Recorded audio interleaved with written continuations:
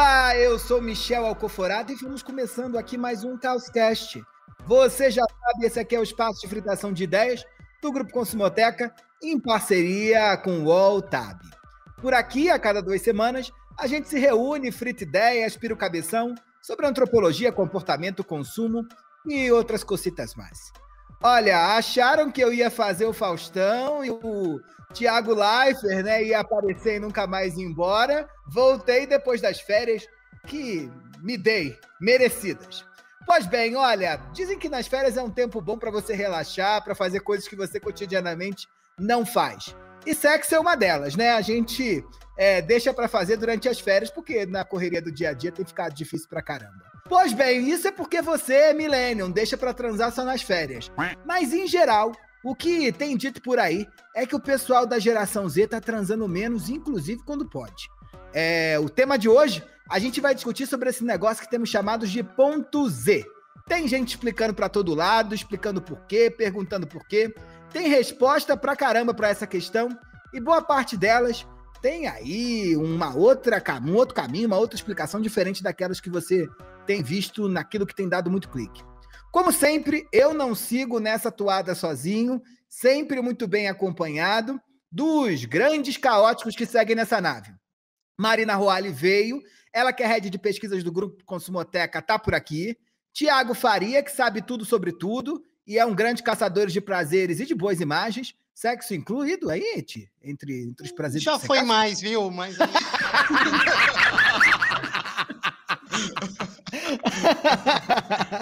E Thiago Cunha, que é a nossa Ana Furtado. Eu não sou o Boninho, nem o Thiago Leifert, muito menos o Faustão, mas Thiago sempre nos engrandece com a sua presença aqui quando a gente tem algum desfalque. Rebeca de Moraes, carinhosamente, nos deixou porque está curtindo suas férias. Deus queira que ela esteja transando, né?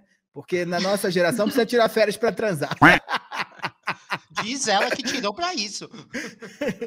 Marina Roale, sexo era assunto polêmico para você quando você era jovem?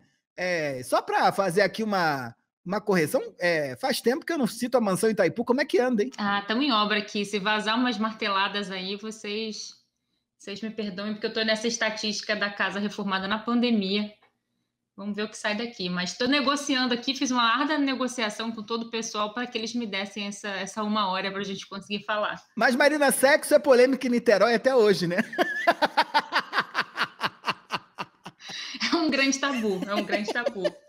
Mas eu acho que todo milênio tem um espírito de quinta série B, sabe? Assim, que nunca morre. Que é aquela coisinha que fez uma brincadeirinha, o professor fez um negócio, aí tem qualquer formato fálico, aí tem alguém que dá uma risadinha. Eu acho que o milênio, ele carrega isso, assim. Acho que, por mais maduro e adulto que a gente seja, a gente está sempre falando de sexo de alguma maneira, está sempre rindo, fazendo piada, meme, tudo acaba em sexo. Eu lembro desse meme agora do Jeff Bezos aí, que resolveu voar com aquele negócio estranho pra caramba. Enfim, a gente... Pinto gigante. Não pode ver um negócio daquele e não ativar o nosso espírito quinta série B de sempre. Tiago Cunha, que veio de Votuporanga, que é uma Niterói um pouquinho menor. Aí é mais polêmico. Lá em Votuporanga era mais polêmico falar de sexo? Oi, gente. Com certeza era, mas não tinha muita burocracia não, viu? A gente, como um bom adolescente que olhava o perigo e ria da cara dele, a gente dava um jeito, dava um truque e não tinha muito assunto não, era vamos que vamos, sabe? Mas não falava, né? As pessoas não falam, né? Não falam, mas a gente fazia, de qualquer forma. Tiago Faria, que ao longo desses anos já vem pesquisando vários assuntos, inclusive esse também. Ô Ti, do teu ponto de vista, olhando para o passado, você acha que o papel do sexo mudou pra gente, né? Porque os hormônios se vão, né? E a gente vai tendo que ressignificar tudo. Eu acho que sim. Acho que a gente vai ficando mais exigente, né? Mas acho que essa coisa do papel do sexo é uma pergunta que é tão multidimensionada, né? Difícil de responder.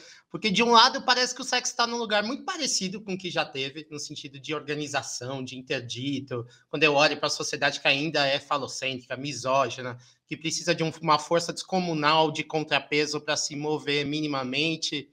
Mas e de outro lado tem esse movimento de descoberta, de autoconhecimento corporal, que a gente vai tratar aqui hoje. Eu não sei, eu acho que o sexo é sempre perigoso em algum aspecto, porque eu acho que ele sempre aponta para uma latência de desejo e de vida que, no avesso disso, escancara nossas faltas, né? Papo para psicanalista que tá de férias. Pois bem, olha, dizer que sexo é tabu hoje em 2021 pode parecer bem cringe pro pessoal da geração Z. Isso porque a questão do sexo ela já vem sendo desconstruída há várias gerações e vem sendo redefinida e ressignificada com uma força muito grande. Parece que essa é a grande batalha de cada geração, né? Reinventar a dimensão que o sexo tem na vida de cada uma delas. E aí, né, a gente não pode deixar de lado que esse jeito como a gente se relaciona com o sexo, como o Tita colocou muito bem, ela revela, de certa forma, algumas falhas e algumas faltas que são não só nossas individuais, mas também da sociedade. E se o sexo muda e se a gente muda, você já sabe, precisa dar nome para isso, hein? Tá na hora do nome aos bois. Nome aos bois. Marina Roali. É boi ou vaca hoje, hein? O seu assunto não é gênero, mas importa. Eu acho que é não binário esse assunto que a gente está tratando aqui hoje. Devia atualizar. Porque vamos falar aqui de sexualidade beta, que é uma lente para a gente falar um pouco dessa polêmica aí que todo mundo traz, na hora de dizer, apontar o dedo na cara da geração e falar que ela não está transando. Mas antes da gente dizer se está transando muito, se não está, problematizar, falar se isso é bom, se isso vai trazer prejuízos, a grande pergunta que a gente tem que fazer é o que é sexo, né? Porque sexo pode mudar de geração para geração. Eu não preciso perguntar, mas eu já sei que o Michel vai falar que sexo é uma construção social, né? Porque sempre vem ali, tem que olhar para a cultura. Então, a gente tem que saber quais são os pressupostos que todas essas pesquisas que a gente está vendo por aí estão trazendo, né? Você está partindo da ideia de que sexo é o quê? É penetração? É estar com o outro? É ter prazer? É gozar? Da onde, né? Da onde você tira isso para daí a gente sair problematizando, falando, entendendo, né? Então, é bem provável que analisando as relações sexuais a partir de uma ótica de um conhecimento millennial ou X, a gente tem uma conclusão. Mas o sexo para a geração Z é uma coisa completamente diferente, tem outros sentidos, tem outros significados, outros pesos. Eles chegam no mundo, né, com contexto diferente, com informações diferentes. E para que a gente consiga se aprofundar mais nisso, a gente separou aqui 3 pontos fundamentais para a gente entender esse tal do ponto Z que brinca com essa sexualidade beta, que é a informação, a experimentação e a privacidade. Por isso, esse nome aos bois, ele é, na verdade, uma provocação a tudo isso que está sendo dito por aí, né? Se para cada geração sexo é uma coisa, quando eu estou falando que a Z transa menos, eu estou usando o ponto de vista de quem? Essa é a pergunta central do episódio de hoje. É interessante isso que você traz, né, Mel? Que a gente tem visto muito debate sobre o que estão chamando de apagão sexual da geração Z, né? Só para contextualizar, o dito apagão sexual é essa onda de jovens do mundo que estão desde 2019 sem transar, ou transando menos por conta da pandemia e todo esse cenário de isolamento. Só que essas notícias têm vendido um pouco a ideia de uma seca coletiva, né? Como se faltasse meios para os jovens transarem ou de exposição. Eu acho que é nessa hora que a gente precisa entender um pouco dos porquês, como você estava falando, né? De fato, os dados mostram que os jovens de hoje estão transando menos que os jovens de outras gerações. E pergunto também o quanto as outras gerações mentiam. Mas aí acho que a gente encontra um erro de interpretação. A gente sabe que o sexo significa, como você disse, coisas diferentes para cada geração.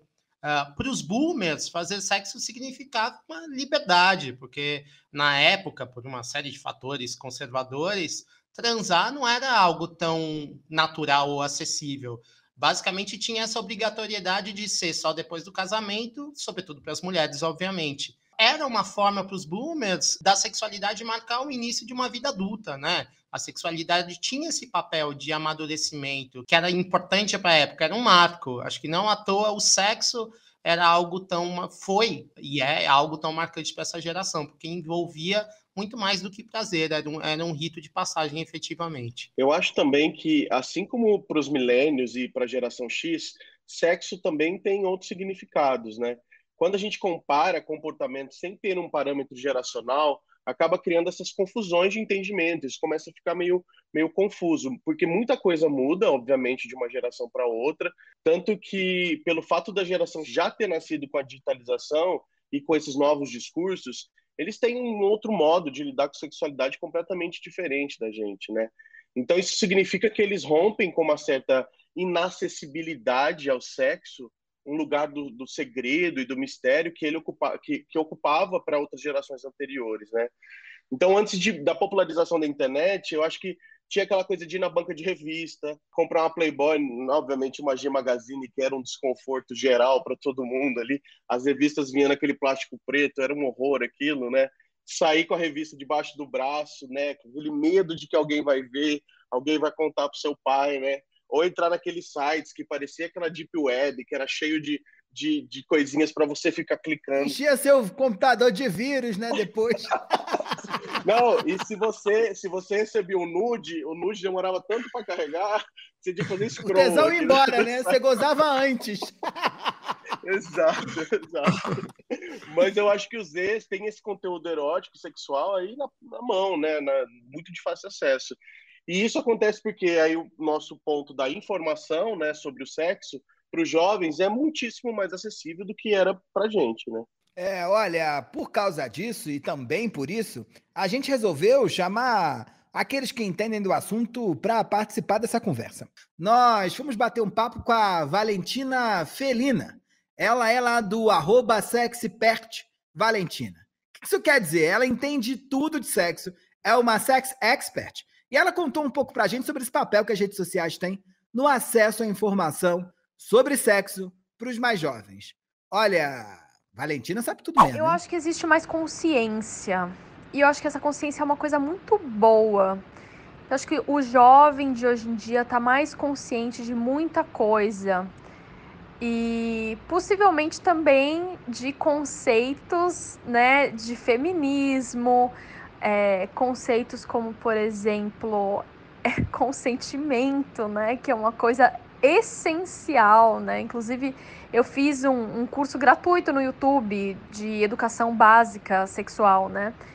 E o meu primeiro vídeo foi sobre consentimento, que é o básico do básico do básico, e ninguém ensina, não se fala sobre. Então, eu acho que até por conta de YouTube, podcasts, TikTok, a gente fica exposto a tanta informação nova, né? Então, mesmo que os nossos pais não ensinem, a escola não ensine, esses jovens têm muito mais acesso à informação em relação à sexualidade do que as gerações passadas. Eu achei muito cirúrgico isso que a Valentina traz pra gente, né? O conhecimento sobre sexo pode ser muito divertido e enriquecedor em vários aspectos, assim. Mas alguns pontos básicos são fundamentais, assim. Acho que como ela trouxe, a ideia desse consentimento deveria ser a primeira coisa que fosse ensinado pra gente, né? E eu fico hoje, de 2021, olhando, né, para a gente, para as outras gerações, e eu fico surpreso como essas outras gerações nunca foram ensinadas sobre isso, né? A gente tem que ensinar isso hoje, né? Essa ideia do não é não, que é um discurso de empoderamento, né? É um discurso que levou tempo demais para vir à tona, para prosperar na sociedade, né? E por mais que ainda não haja esse debate em tantos lugares, é importante ressaltar que as redes sociais deram essa abertura para que esses jovens tivessem esse contato, tivesse contato com esses assuntos, né? Que é exatamente isso que a Valentina faz nas redes sociais dela, né? No arroba dela. Ela fala sobre sexo com uma linguagem acessível, né? Abordando temas muito delicados que talvez os pais daqueles jovens não conte para eles, não fale para eles. E ter acesso a esses discursos é mais do que importante, principalmente numa sociedade, obviamente, machista que a gente vive. E aí, Tia, esse ponto que a gente levanta aí, que a Valentina traz, já traz o primeiro dado que constrói um paradoxo para a gente analisar essa coisa de que todo mundo fala que o Z não transa, né? Porque ele pode não transar, mas a gente sabe que ele está consumindo bem mais conteúdo sobre sexo do que se consumia antes, né? Pelo menos ele tem muito mais acesso, muito mais narrativas, tem toda uma forma mais politizada também ali, né? Essa coisa da consciência, do consentimento. A gente vem de uma geração que essa coisa do não ou não era clara, né? Principalmente aí na coisa do relacionamento hétero, tinha isso de que se ela disse não é porque tá fazendo doce, né? Porque não pode ser fácil demais, é porque tem que insistir. Tinha todo um joguinho ali que essa geração ela vai desmistificando. Então, a gente cresceu com esse conteúdo super limitado muito ao pornô, aquela imagem super estereotipada, focando num prazer principalmente de um homem hétero, distorcendo uma realidade ali de uma forma negativa, né? Aquela coisa que tem sempre um gemidão do Zap ali, como cena, né? Como única forma possível e narrativa possível de se ter prazer.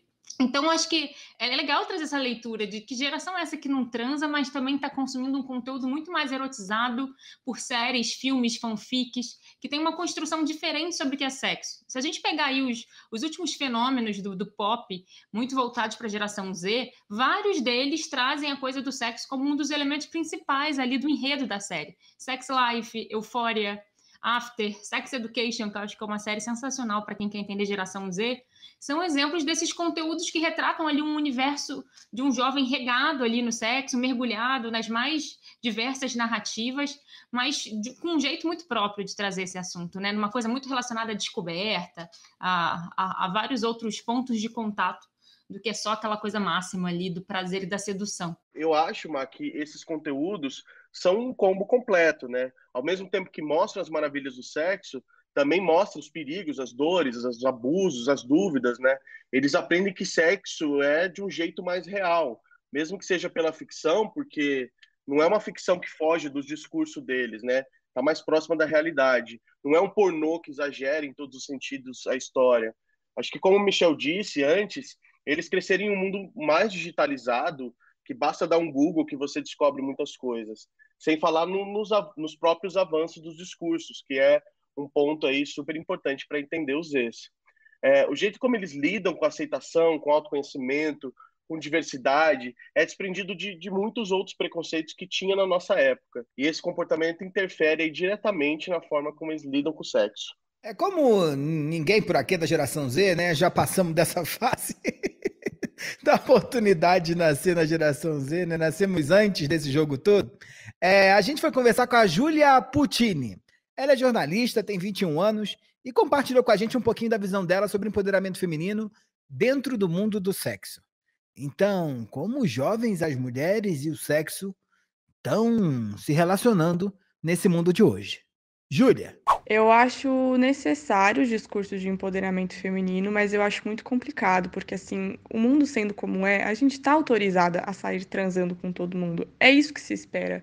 É esse o sexo que se vende na TV, nos anúncios, que a gente é livre para fazer o que a gente quiser, sem consequências, etc. Mas na verdade a gente tem que descobrir que a gente é livre para negar, né? Porque a mulher é historicamente colocada numa posição, de novo, de não autonomia, né? A gente tem que saber que o nosso poder não está em poder transar com todo mundo, está em poder ser seletiva. Então, eu acho muito poderoso que a gente fale o contrário, que não se trata sobre dar para todo mundo, postar foto pelada, porque sempre vai ter alguém para nos consumir. Isso que a Júlia trouxe, acho que é bem importante, né? Que é essa autonomia de poder dizer não, de escolher com quem você vai ou não transar. E isso vem muito do acesso à informação e aos discursos que a gente acabou de falar, né? Para você entender que você tem direitos, que você não precisa se submeter a nada, primeiro você precisa reconhecer que, de fato, você os possui, né? Você precisa ter acesso aos discursos, sobretudo os feministas, para entender o quão seu corpo é seu e que você escolhe até onde vai, independente da situação.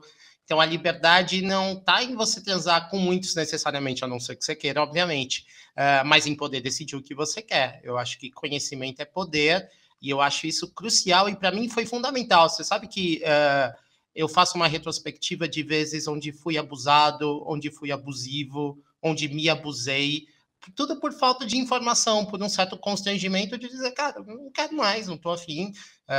Então, acho fundamental esse tipo de informação para a gente saber que a gente pode se dar o direito, sim, de, no meio do rolê, dizer, cara, para mim não está dando, beleza? E não se violentar nesse sentido. Tia, acho que é muito bom esse ponto que você traz, né? Que acaba que eles têm uma noção ali, quase que uma maturidade diferente ali na leitura dessa temática, que vai muito de encontro com algo que acho que o Millennial entendeu muito e associou muito essa coisa do posso transar com quem quiser sem julgamento, com tenho que transar para sentir que estou curtindo a vida, né? Tinha um sexo associado quase que a um jeito hedonista de se viver, que tem uma mudança aí de chave, né, do discurso que ela traz, de entender liberdade como até uma seletividade.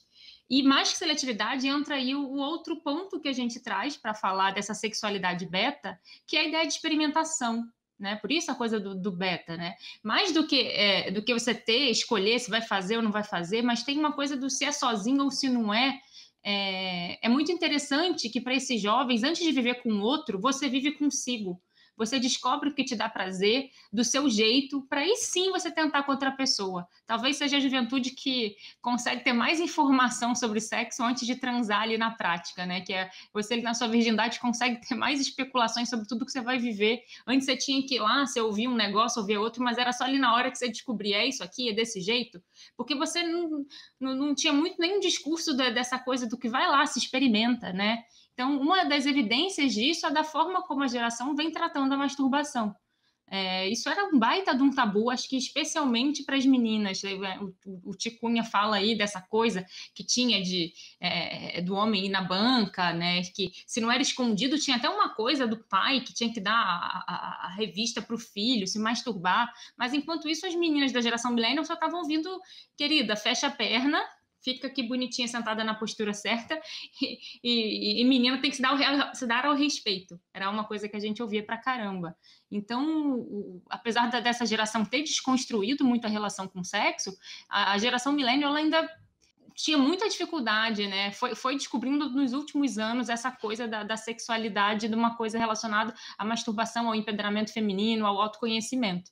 Então, acho que experimentar aí é uma palavra-chave para entender essa geração Z que a gente está falando aqui. E isso é um dos fatores que faz a geração Z encarar o sexo de um jeito diferente, né, Mar? Os jovens já cresceram desconstruindo a mente sobre diversas questões, o que gerou uma grande movimentação dessas mudanças. Acho que um dos exemplos mais claros disso é sobre a própria pornografia. Esse conteúdo, além de ser especialmente direcionado para homens, né, acaba girando ali no eixo da heterossexualidade, né, reproduzindo um padrão de relação entre homem e mulher, heteronormativo, e a geração Z consegue desconstruir os conteúdos eróticos de diversas formas. Se tinha muito menos conteúdo erótico com 2 homens antes, né, ou 2 mulheres, né, os Zs foram lá e fizeram suas próprias histórias eróticas. As fanfics, né, que a gente até falou anteriormente, que basicamente são histórias escritas por fãs, abordam esse tema, essa ideia do relacionamento e o sexo LGBTQIA+, saindo dessa zona do pornô, né, e explorando a sexualidade além disso, né, das mais diversas formas, trazendo para essas narrativas todas a visão dessa geração. Se ninguém fazia conteúdo sobre masturbação feminina, voltada para as mulheres, os desses foram lá e assumiram a frente disso. E por conta disso, gente, a gente voltou lá na Júlia para poder entender um pouco como a geração Z e as mulheres dessa geração vêm se relacionando com o tema da masturbação. Que o pessoal fica dizendo é conhecer corpo, é ter prazer individual. O que é isso, hein, para essa geração? Para mim, a masturbação é retomar posse sobre mim mesma, me descolonizar, ter autonomia sobre o meu prazer, reivindicar isso para minha vida quando eu bem entender, quando eu bem achar que devo, porque, né, é uma descarga muito grande de hormônios que pode fazer você aguentar um dia muito tenso, ou melhorar uma dor de cabeça, ou simplesmente se distrair de tudo que o mundo cobra e exige. Então, eu acho que é um ato de reivindicação muito poderoso. Autoconhecimento também, óbvio. Gente, que maravilhoso, né? A gente não pode nem mais só gozar sozinho, né? Até nisso aí, a gente tem que trazer uma série de camadas. Que bom que Júlia contribui com essas outras visões. É um sinal claro de que já passei da idade, inclusive, de me masturbar. Pois bem, olha, os jovens estão transando menos e gozando mais, né, Marina? Parece que é isso, né? E é legal essa leitura dela do orgasmo, porque a gente vê o orgasmo saindo daquela coisa só do prazer, mas é um prazer relacionado ao autocuidado, me parece, como ela coloca aqui, né? Até quando ela fala de descolonizar, é você questionar estruturas que estão por trás daquilo, né? Os psicanalistas devem pirar. Pena que a Rebeca não está aqui hoje. Eu mega respeito o ponto de vista dela, tá? Que não quero parecer grosseiro e muito menos crítico à posição, pelo contrário, de total respeito ao ponto de vista. Mas eu queria chamar a atenção para o fato de que nós, milênios, levamos para a cama uma série de outras questões que eram para além de vamos dar uma rapidinha ou vamos só gozar, que eu acho que foi um importante movimento, mas agora os ex estão falando isso até para masturbação. Então a gente está levando uma colcha de retalhos e significados e problematizações da sociedade para dentro da alcova de um jeito que eu acho que nunca vi. Então, isso é que chama a atenção, Marina, no que ela disse e o que você está pontuando aí muito bem, né? Que caramba, né? Qual vai ser o último bastião a ser colonizado pelas nossas questões da cultura? Com essa força de consciência que a gente está vendo, né? Porque é óbvio que a cultura sempre esteve lá, mas não com essa série de problematizações que a gente está colocando agora. O ganho aqui é que a geração Z repudia esse comportamento de obrigar alguém a fazer qualquer coisa, né? Não à toa que um dos memes favoritos deles é "não sou obrigada a nada". Então, não sou obrigada a transar quando não estou com vontade, também não sou obrigada a atingir as suas expectativas, né, os seus fetiches, a não ser que eu esteja disposta ali a te agradar um de um ou outro. Então, é essa tomada de conhecimento que a gente está falando.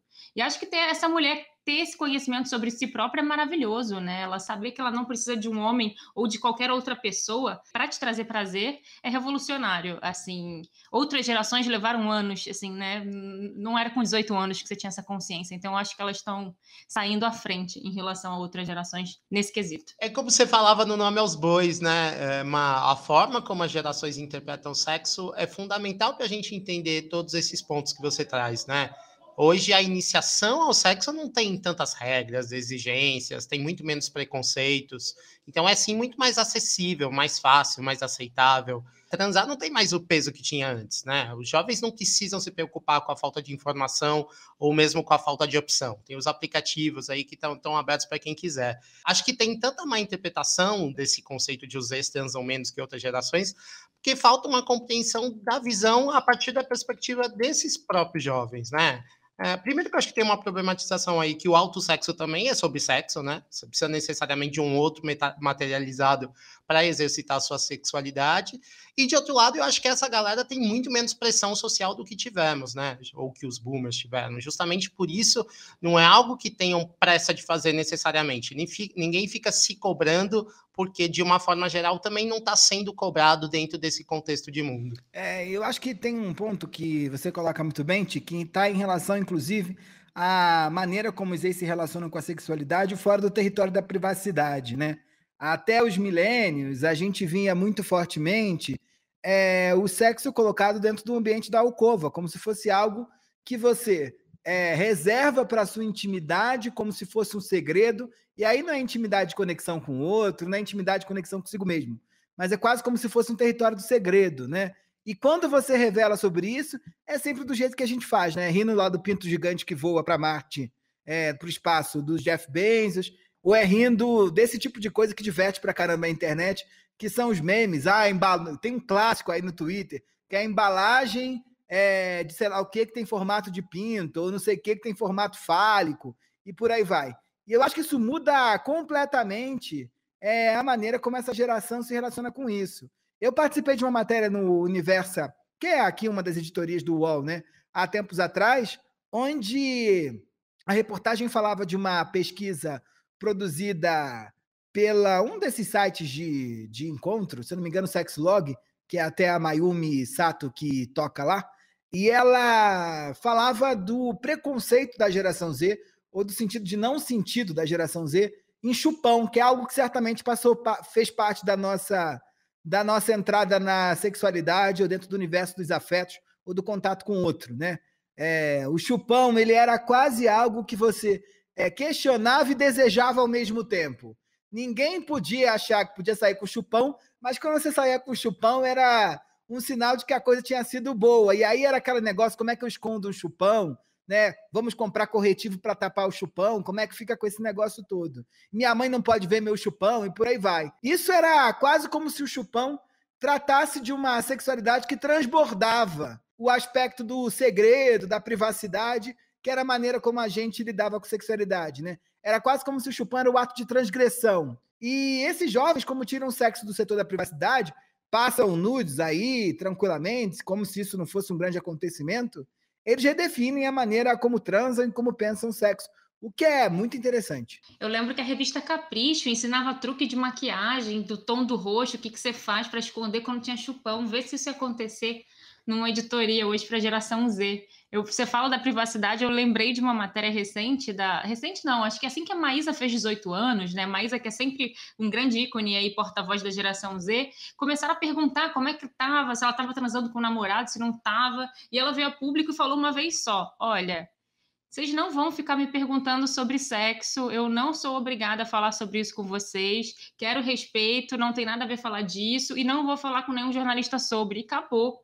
Não vão especular, porque eu acho que quiseram fazer com a Maísa, igual a gente fez com a Sandy no passado, do tipo, é virgem, não é, para botar na caixinha, se é santinha, se não tá, e isso perde graça, isso perde relevância, né? Eles já colocam sexo num outro lugar, e é isso do que o Michel traz, né? Da privacidade, do tipo, isso não vai extrapolar. Eu posso ser uma figura pública, eu posso estar todo dia aqui no Instagram, no TikTok, em todas as redes produzindo conteúdo, mas vocês não vão ter acesso a esse pedaço. Não é interessante para mim. A Sandy teve um duplo movimento com ela, né? Primeiro foi se ela era virgem, segundo se ela fazia sexo anal, né?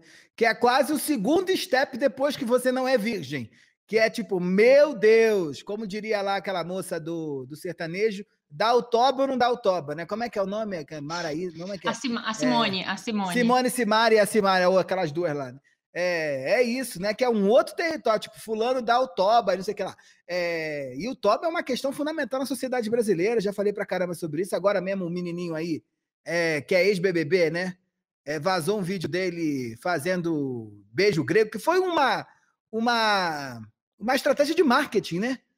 Para vender o canal dele no OnlyFans. E aumentou o faturamento pra caramba, tá hoje nos jornais. Mas é isso, né? Um território que os caras lidam de um outro jeito completamente diferente. Porque para nós, milênios, alguém que revela que faz beijo grego é quase como se fosse a invasão do Talibã em outras partes do teu corpo, né? Que, inclusive, o toba é uma questão quase federativa nesse país mesmo, né? No atual governo. Fundamental. Não, se não tivesse essa questão, o Brasil não estava do jeito que está, né? Mas a questão é que a gente leva isso para discussão, isso vem à tona, deu, não deu, dá o toba, não dá o toba, faz, não faz, e parece que a geração Z ela já quer eliminar e não dá margem nem para que essa discussão aconteça. Assim como eles vêm eliminando outros termos de vocabulário, como dificilmente você vai ver um menino da geração Z falar comi 3, que era um negócio, né, do homem milênio, fiz, aconteci. Não é esse o enquadramento, é do tipo, eu transo, todo mundo transa, você transa também, ou talvez se você também não tiver vontade de não transar, tudo bem, e eu não tenho a ver com isso. Pelo menos até o momento é isso que a gente vê, né, relacionado a esse tema. Agora, conectando um pouco com o que o Michel falou antes sobre transar menos e gozar mais, a gente não pode deixar de notar que tem um individualismo aí, né? O jovem acaba preferindo, o jovem da geração Z, a ter ali uma experiência só sua, né? Se entendendo melhor antes de se expor com o outro. E a gente já vinha notando essa característica em outros comportamentos. Mas no sexo em si é algo super interessante. Tem essa ideia de que sexo é sempre no mínimo a dois, né? Que é uma experiência que precisa ser compartilhada, que precisa de uma troca. Mas parece que os Zs aí estão mostrando pra gente que sexo não é uma coisa coletiva, que pode ser também de outras formas, né? Que funciona no individual também. Não transar com alguém não significa que você não tá gozando, que você não tá tendo prazer. E aí, pontuando uma coisa que a Má falou logo lá no início do episódio, isso mostra bastante o que é o sexo para a geração Z. Todos esses pilares se unem e formam uma base bem sólida dessa ideia de que é independência. Se você querer se descobrir, né, ter prazer sozinho, ter controle da situação, é um comportamento que nenhuma outra geração até então, pelo menos não dessa forma tão clara e determinada, né, teve. Tia, é interessante isso que você traz e acho que isso consolida um pouco do que a gente via no Nome aos Bois, né, lá atrás. Eu acho que se a gente quer entender a sexualidade da geração Z, a gente precisa estar muito conectado e ter um entendimento muito claro que ela se conecta com conceitos de privacidade, de experimentação e, sobretudo, de informação, né? Pois bem, olha, depois que já fechamos aqui esse pensamento sobre a geração Z e aprendemos pra caramba, você sabe que a gente nunca para, a gente continua, deixa para vocês sempre um insight para continuar a fritação depois que o episódio termina. Tá mais do que na hora da dica de ouro. Tiago Faria hoje assumiu, né? Fez o Thiago Leifert do momento. Quando é putaria, passam para mim. O nome disso é posicionamento de marca, Thiago. Você tem que assim usufruir. Michel, a dica de hoje é para as marcas. Eu acho que é super importante que elas entendam que na verdade, a geração Z está indo se informar mais sobre sexo. Então, levar boa informação segura, é um excelente ponto de conexão. Acho que a gente tem um exemplo aqui que ilustra isso, que é a marca de vibradores da Pente Nova, que além de vender produtos, produz conteúdo informativo e até contos eróticos, conectado com essa vibe da geração Z, com esse novo olhar sobre a mulher, sem ser o pornozão clássico, né? Então, assumindo essa nova perspectiva de sexualidade. E mesmo para marcas que não estejam relacionadas de uma forma direta ao universo erótico, essa quebra de estereótipo de masculinidade, feminilidade e sexualidade de uma forma geral também é importante para se conectar com essa nova geração. Acho que esses são pontos que os jovens vão, de fato, reparar na hora de consumir. Se o discurso fizer sentido e fornecer conteúdo além de produto, a marca vai ganhar a confiança dessa geração. Pois bem, dica de ouro notada, tá mais do que na hora do Joga na Roda.